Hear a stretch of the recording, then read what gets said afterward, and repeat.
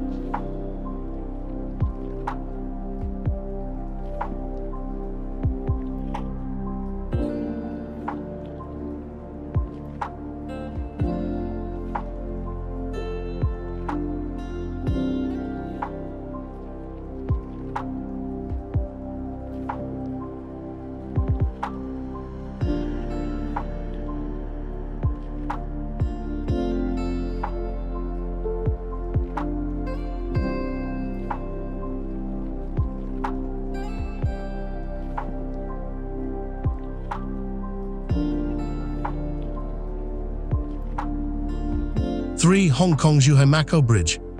The ocean has historically been the end of civilization, but the Hong Kong-Zhuhai-Macao Bridge has made it a starting point. This 55-kilometer Great Wall of the Deep Sea is not only the world's longest cross-sea bridge and longest undersea tunnel, but also a forced reorganization of geoeconomics. It has pulled the Guangdong-Hong Kong-Macao Greater Bay Area, a super-economic entity with nearly 80 million people and a GDP comparable to South Korea, from concept into reality. What was once hours of separation by sea has been compressed into a half-hour commute. What it connects is no longer just 3 cities, but the shared heartbeat and future of an entire region. It declares to the world, in the 21st century, the strongest moat isn't a military barrier, but an inimitable economic closed loop constructed by super projects.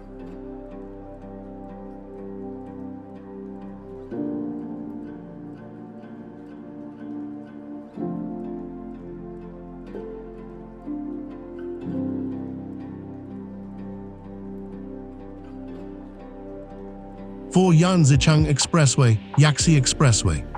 If other engineering feats are about building roads through mountains and bridges over water, then the Yaxi Expressway is about building roads directly on mountaintops, spanning 240 kilometers and climbing 2,600 meters in elevation. The entire expressway is like a continuous land aircraft carrier carrying vehicles through the clouds. The Ganhezi and Labajin Grand bridges within it are masterpieces of anti-gravity. To protect the ecology, engineers used bridge piers reaching over 180 meters high, the world's tallest piers, to lift the highway into the air, achieving harmonious coexistence between human activity and natural habitats. This embodies a unique Eastern wisdom. Conquering nature isn't about destroying it, but about coexisting with it in a higher dimension. From the clouds to the deep sea, these steel behemoths are the hardware for interpreting China's future strategy. While the world is still debating ideologies and political models, China has chosen to first build the physical framework to carry the future. This is a civilization force that cannot be ignored, and it poses a profound question to the world with undeniable reality. When a nation begins to plan on a planetary scale, designing the future with decades or even centuries in mind, are we still stuck deciding the world of the day after tomorrow based on tomorrow's election?